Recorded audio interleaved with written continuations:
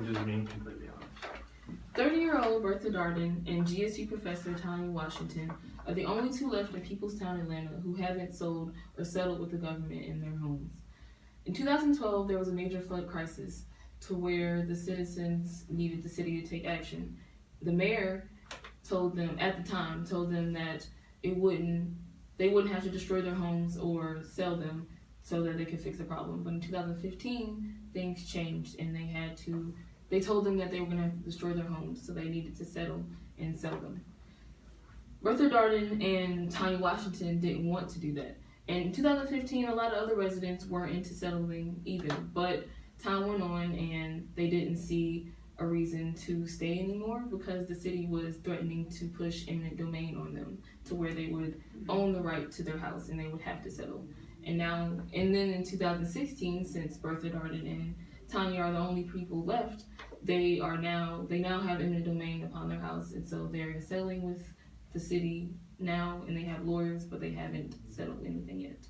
This is just one of many examples of gentrification and eminent domain in Atlanta.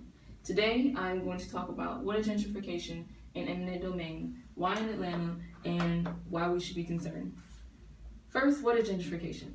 Gentrification is the process of renewal and rebuilding the influx of middle class or affluent people in deteriorating areas that often displace poor residents.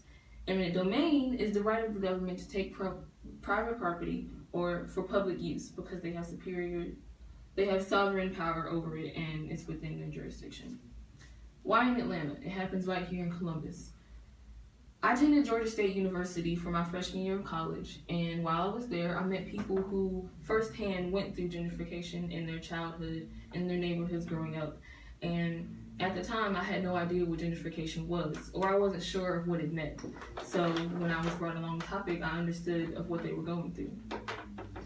Atlanta is the largest and most prosperous city in Georgia, and it's also the capital. It contains over half the city's population, and it's the majority of the highest paying jobs, according to Keith Jennings. Gentrification and eminent domain are hot topics in Atlanta, and a lot of people have taken notice to it.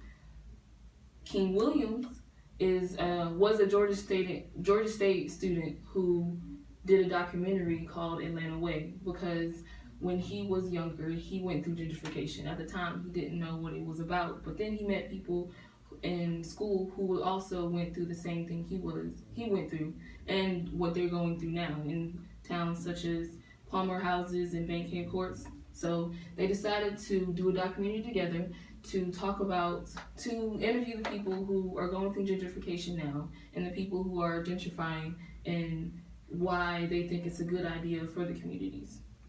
And the documentary was released in January 2015.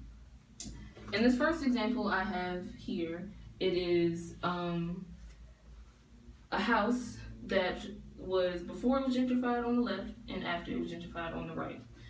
Josh Green wrote an article about this house because he knew the lady who lived there, Anna Thornton. She had lived there for years before, and she told him about how she had a farm there and her kids flourished there and how she knew everyone in the neighborhood.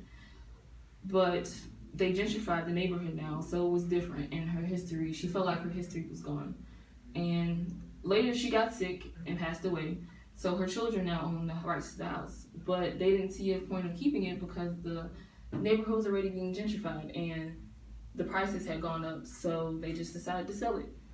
And Josh saw how the history was disappearing within that house. In this next image, I have protesters who agree with Bertha Darden and Tanya Washington. Bertha Darden is pictured in the middle, and they agree with her keeping her house instead of having to sell it. Bertha Darden is quoted, "The city of Atlanta has initiated a lawsuit against me and my neighbors, and they right now own legal rights to this house." Why should we care? Gentrification happens in Columbus, so we should care about that. Atlanta is, like I said, the largest city in Georgia, and it has over half the population. So if we made gentrification and eminent domain made aware in the bigger city, then it can be brought out in the not so bigger cities. African Americans make up 31% of Georgia's population, and they make up an estimated 45% of poor residents in the state. So this happens mainly in the African American community, but it can affect the people of other communities because of where they're moving to, and they're losing the history of those communities that the African Americans lived in before. In the last image, I have a picture of Auburn Avenue. There's a building there. Auburn Avenue is in downtown Atlanta, so most people don't think gentrification happens there. But this is a retirement community, and right now it houses lower income residents, so it helps those people who aren't able to live in the pricier parts of downtown Atlanta. But the city is thinking of a plan to gentrify the neighborhood, which is going to push out the lower income residents and put in more residents who can afford it. And some people like to say this is a reverse white flight plan, so they can move in more white people and move out the lower income black people, because it does make a difference than most people think. In conclusion, gentrification and eminent domain need to be addressed to keep the history of the African American community in Atlanta and keep the prices to where people don't have to take a different job or do something different with their lives and move on.